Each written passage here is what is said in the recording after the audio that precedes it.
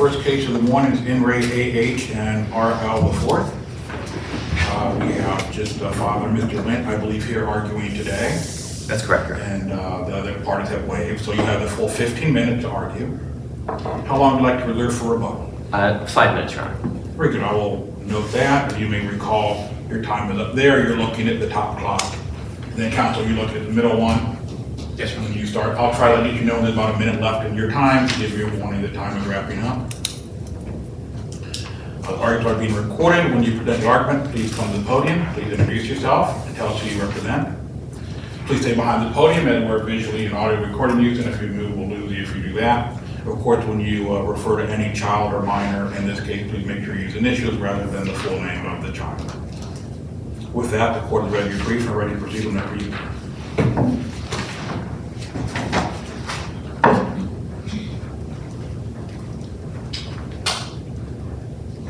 Thank you, Your Honors. May it please the court, Andrew Karras on behalf of Robert Lint, father to RL, one of the subject minor children in the proceeding below. Your Honors, I'm going to start by imagining a permanent custody proceeding in which a removed child has been living with an uncle, an aunt, a grandparent, or a similar relative for over a year. The juvenile court specifically finds that the child is closely bonded to that relative, that the relative is interested in keeping the child, and that staying in that home is beneficial to the emotional well-being of the child. Nevertheless, the only thing a trial court says in this hypothetical, in awarding permanent custody, is that no party has, with respect to the relative, is that no party has specifically requested legal custody. I submit that we would find that to be a very strange case, and given recent statutory enactments, specifically the Kinship Caregiver Act, I submit that that is, legally speaking, the situation we have in this case. So the question raised by our first two assignments bearer, which I plan to limit my remarks today, involves the interplay between the best interest factors in the permanent custody statute, specifically 2151-414, and I'm specifically talking most about the D1D factor, as well as the, as I said, the Kinship Caregiver Act. That's 2151-4120, specifically in some of the other statutory enactments around that provision. So what the Kinship Caregiver Act does is it gives the trial court, so broadly speaking, it requires the trial court to engage in intensive efforts to find out-of-home placements that are a child's kin. But in addition to that, it makes some observations rooted in the fact that long-term foster placements, particularly if young children, take on a family-like quality. So specifically, a trial court can avoid or can relieve the agency of making an intensive efforts undertaking where the child has been living in a stable home environment with the caregivers for the past 12 months, with his current caregivers for the past 12 months. Those caregivers have expressed interest in providing permanency for the child, and the removal of the child from that setting would be detrimental to their well-being.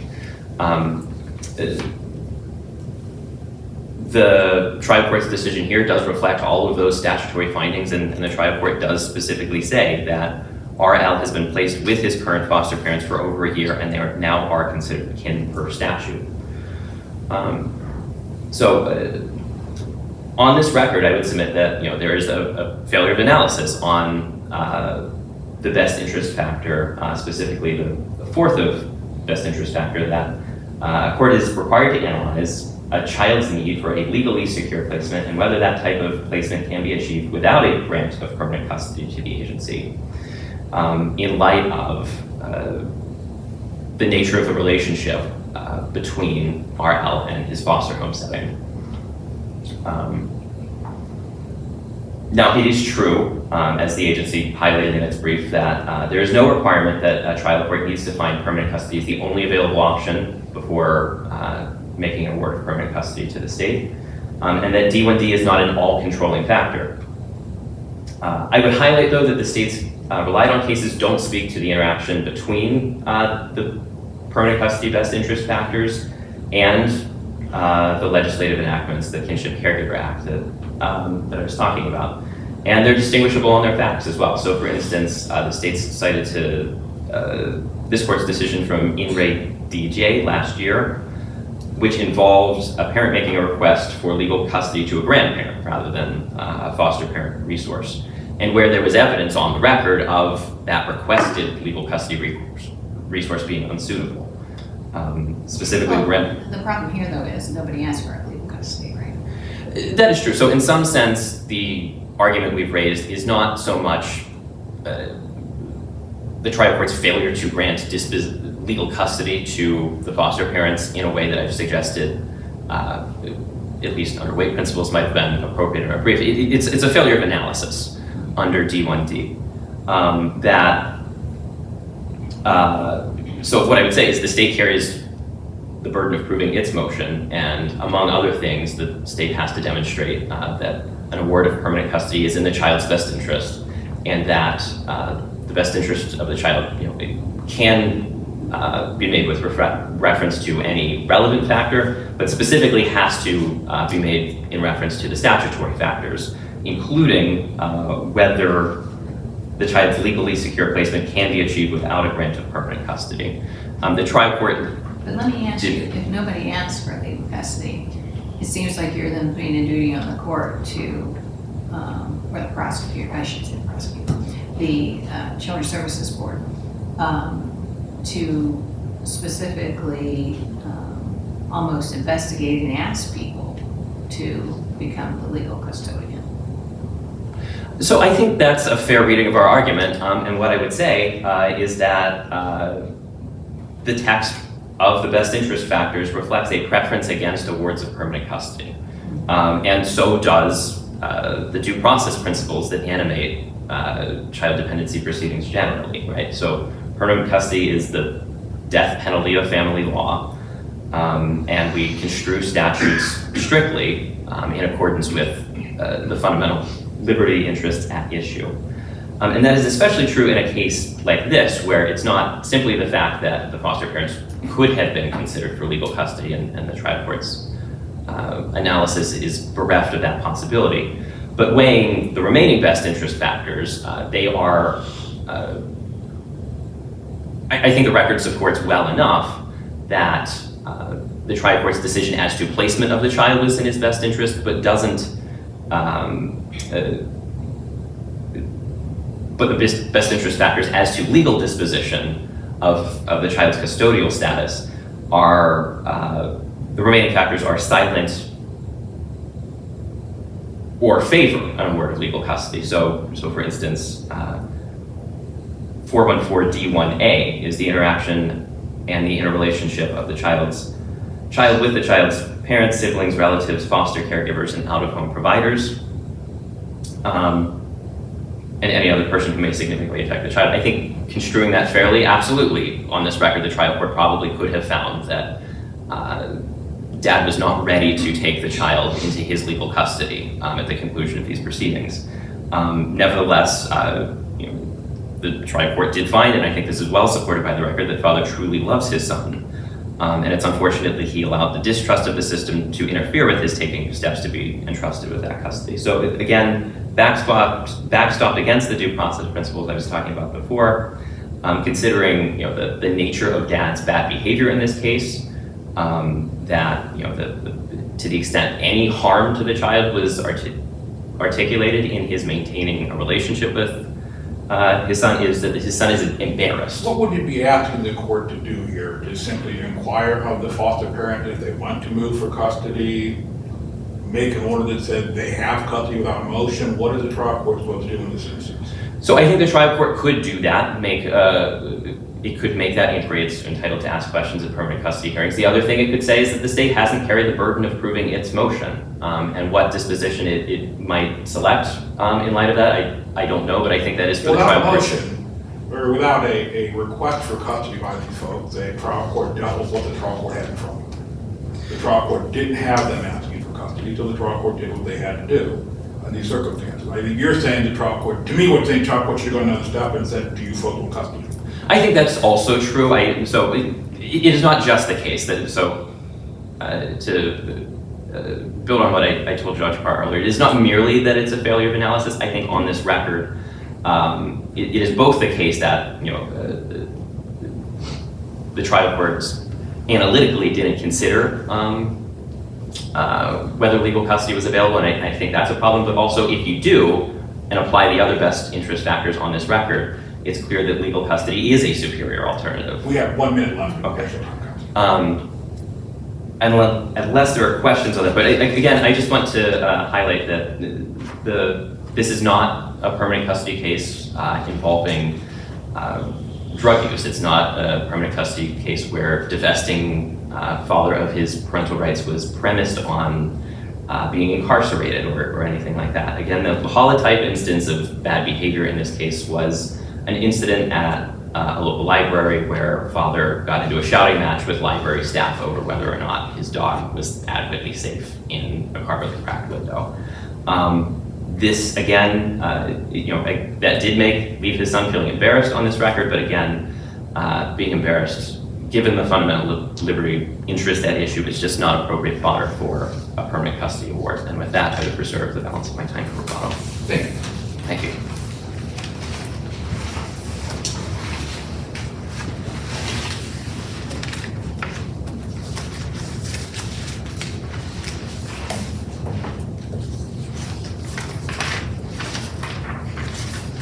Thank you, Your Honor. May it please the court. My name is Aaron Campbell. I represent Children's Services in this matter. And Children's Services asked this court to affirm the decision of the trial court below that awarded permanent custody of these children to Summit County Children's Services. This is a case where, tragically, these children have been involved with Children's Services in either custody or supervision for nearly 4 years by the time the permanent custody trial came about. There was a previous case that alleged nearly the same circumstances. The daughter was tragically abused, sexually abused by a relative. That happened in the previous case as well as this case. The boy was also involved in some of those allegations in this case as well. So the record demonstrates that both of these children had significant needs as a result of the trauma that they had experienced as a result of that sexual abuse. And over the life of this case, this case really demonstrated that the parents were not capable of caring for those children, and that they were best served by being in the permanent custody of Children's Services. Now, this court is well aware that 2151-414B creates a two-prong test for permanent custody in this case. The first prong, nobody disputes that the agency met that burden. The children have been in the custody of the agency for more than 12 months out of the previous 22. So all that remains in this case is the second prong, and that's the best interest factors that are enumerated under D1. Now, D1 lists 5 factors that the court should consider, but it also notes that this is not an exclusive list. The court's required to consider all relevant factors, and that can include things beyond what's listed under those 5 factors. Now, notably, number 5, no E factors were present in this case, but there was certainly substantial testimony and evidence presented regarding the other 4 factors, as well as some other factors that were relevant to this case. First, just to briefly address the other father and mother's arguments in this case. Mr. Benefield and the mother, Mr. Benefield was the father of the daughter in this case. Their positions were largely aligned because Mr. Benefield was incarcerated at the time of the permanent custody trial, and his record showed that he was to be incarcerated for about the next 7 years. So his position was largely aligned with the mother. And they raised arguments about the court considering marijuana and probation violations below. Now, they correctly state that those were not explicitly on the case plan. But I would point out that meeting basic needs was on the case plan for the mother. She was required to maintain a stable home, have an income, be able to meet the needs of those children. And so when we're looking at best interests, especially under a basic needs consideration there, probation absolutely follows under that. She had been convicted during that trial, or during the life of that case, for theft, and was, as a result, on probation. And as a terms of her probation, she was required to abstain from using marijuana. She was required to have full-time employment. She was required to report to her probation officer. And Her probation officer testified that she wasn't meeting any of those requirements and was likely to be violated soon and potentially incarcerated. And if mother is incarcerated, she's not going to be able to provide a safe, stable, appropriate home for her children.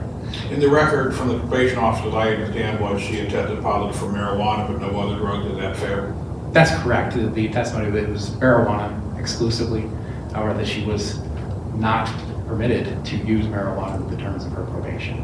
So But that, marijuana obviously is now legal, but I would assume that would be no different than a probationary term that would say, even though it's legal to drink alcohol, you can't be, using alcohol on probation. Absolutely, Your Honor. That's how the agency would interpret that as well. Some courts prohibit their probationers from using alcohol in the same manner of marijuana.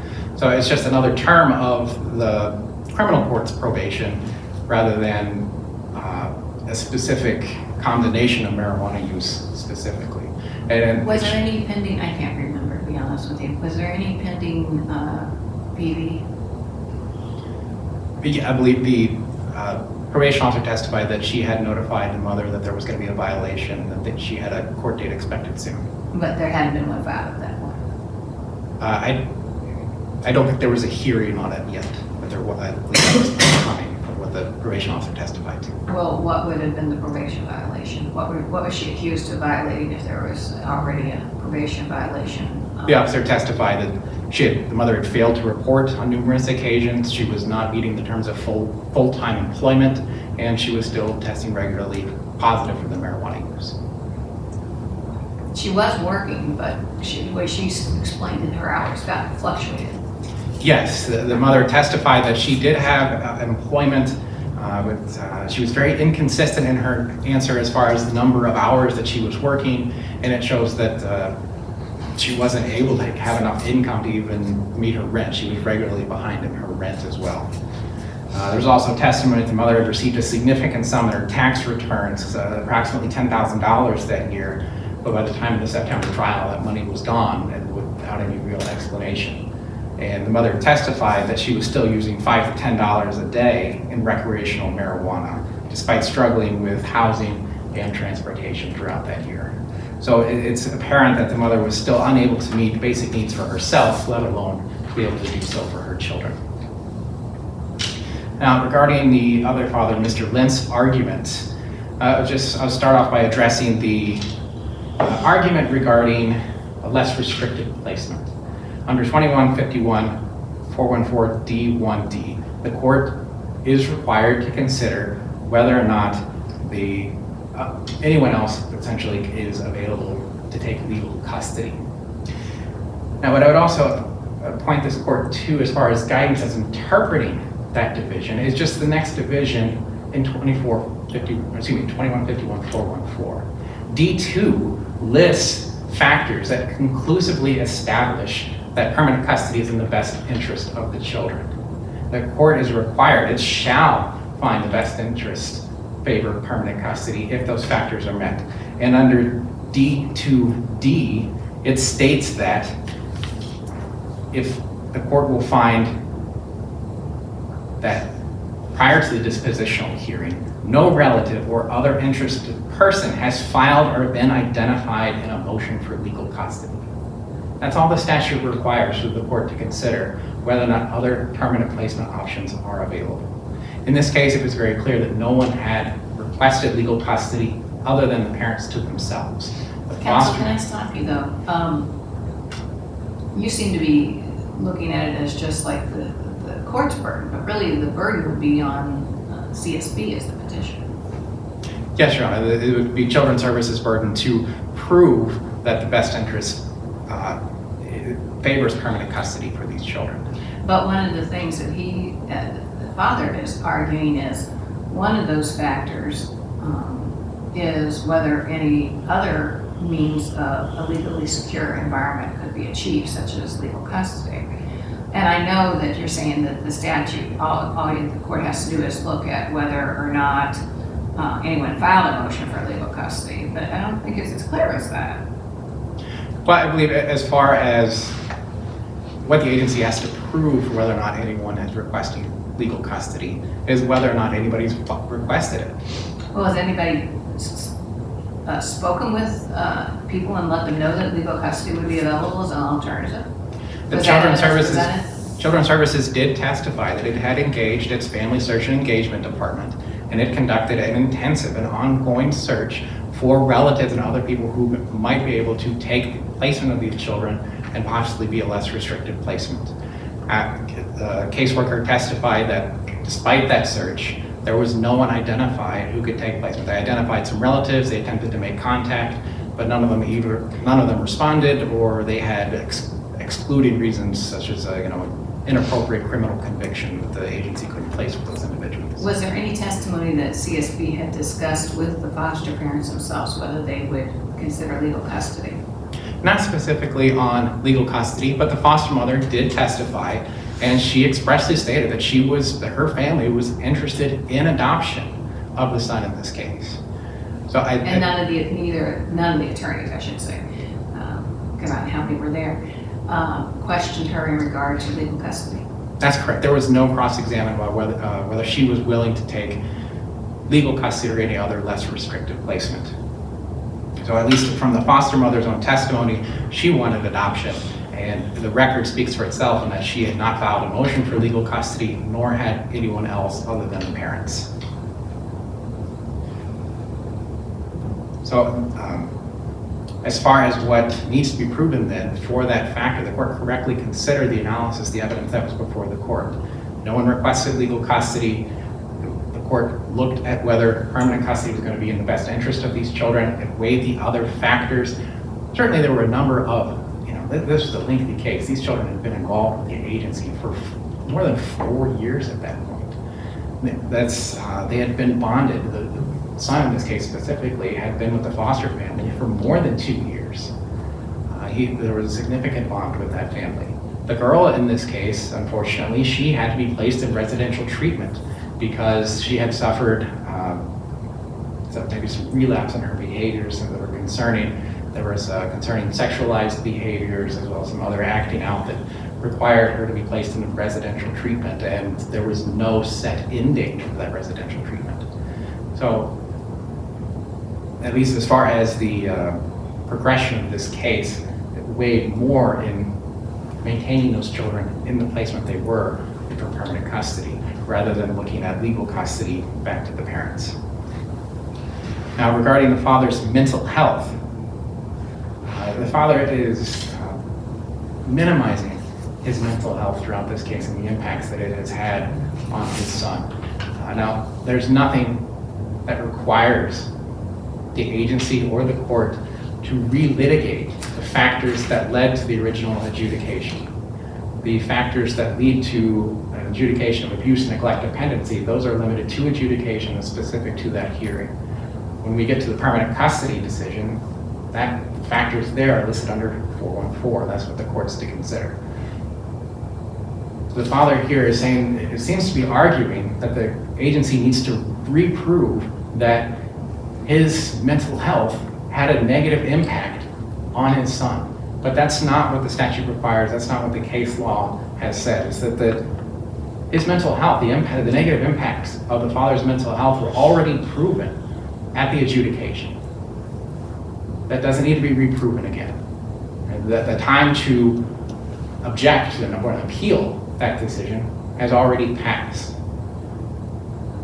What matters at the permanent custody trial is whether the father has remedied those problems. And it was very clear in this case that the father had not remedied his mental health problems. He only went to 3 mental health counseling sessions late at the end of this case with the Department of Veterans Affairs. His counselor noted, she testified that she had concerns that he had suffered from bipolar disorder with psychosis as well as schizophrenia. But she had not enough time to be able to rule out those disorders because she was only there for 3 sessions before she moved into a different field. She had recommended to the father that he continue counseling, but he declined to do so. So those 3 sessions, it was evident he had not remedied those problems, and he testified at great length in this case. The court was able to see for itself his mental health and the impacts that it was having. The court was able to see his own behaviors, his demeanor, his mannerisms. The court had to redirect Mr. Lent frequently during that case because he would often go off on tangents and be engaged in conspiracy theories regarding the state and children's services and his current child and his previous children. So it was clear that as we got to the permanent custody trial, he was still suffering from the effects of his mental health, and that had a negative impact on his child throughout the case. About a minute left, Counsel. Thank you, Your Honor. The visitation incident at the library, he stopped visiting his son for several months as a result of that incident at the library. His son told his counselor at Lighthouse that he was okay with not visiting his father anymore. So it was. Well, what did he give as a reason? I believe it was said it was largely embarrassed, but it's seen from the counselor's testimony that he was struggling from regularly dealing with what his father was doing, especially in visitation. He even stopped drawing. I'm just asking because the trial court's findings are pretty light in regard to Mr. Lent. Well, I would say that there was a significant paragraph regarding Mr. Lent about how paragraph 5 of the decision talks about how he's still suffering from his mental health, the But it has losses to of the impact the children. child. I'm sorry? It has to impact the child, though. Well, that's A correct. lot of us have mental health issues. But the impact on the child is proven at adjudication. That doesn't have to be reproven then at permanent custody. It's already implicit in the adjudicatory decision that it creates an unfit parent. In this case, it was a result of his mental health. And so I see my time is up. I would just ask this court to affirm the decision below. Thank you.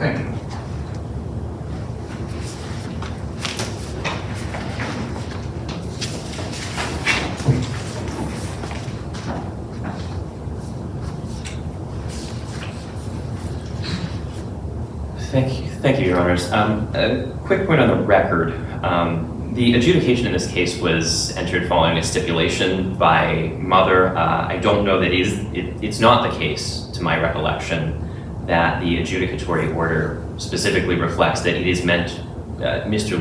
Lent's mental health that caused the adjudicatory finding. Rather, the record reflects that the adjudicatory finding was essentially uncontested and entered at the acquiescence of the parties that were present at that time. So it's not a question of needing to reprove an adjudicatory decision that was established at adjudication. Rather, the agency bears the burden of proving that the mental health concerns that it is citing as a basis of for its legal custody request, i.e. divesting Mr. Lent of his legal rights to the child, it bears the burden of proving the permanent custody factors and the statutory and otherwise any other relevant factor.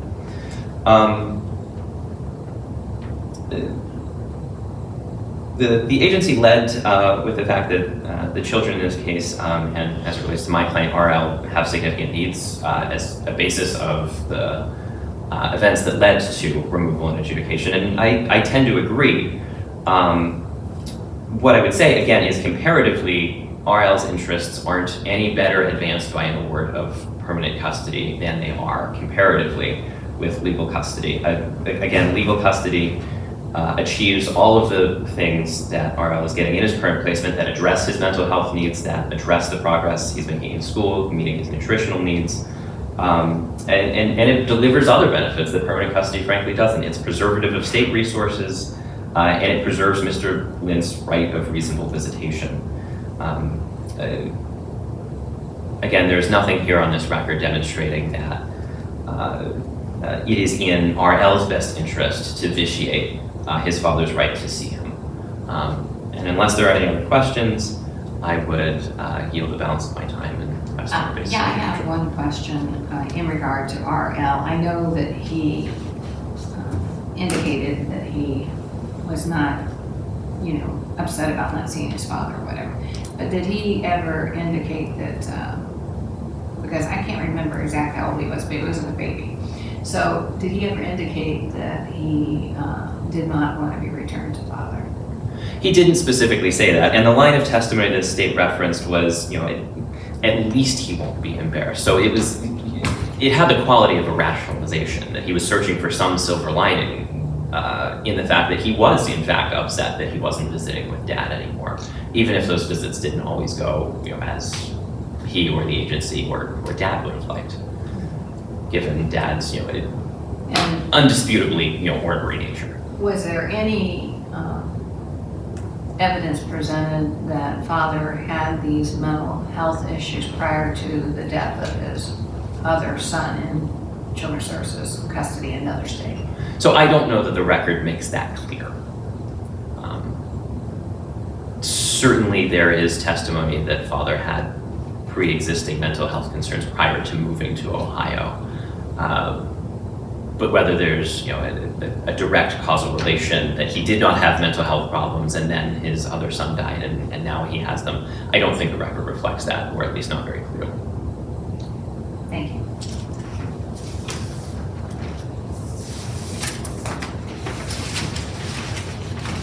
Thank you. The court will take the matter under advisement, initial decision in due course. The clerk will mail a copy of that decision to you upon its release. Also, the Supreme Court will post it on their website. With that, I'd like to thank both of you for your presentation this morning on behalf of the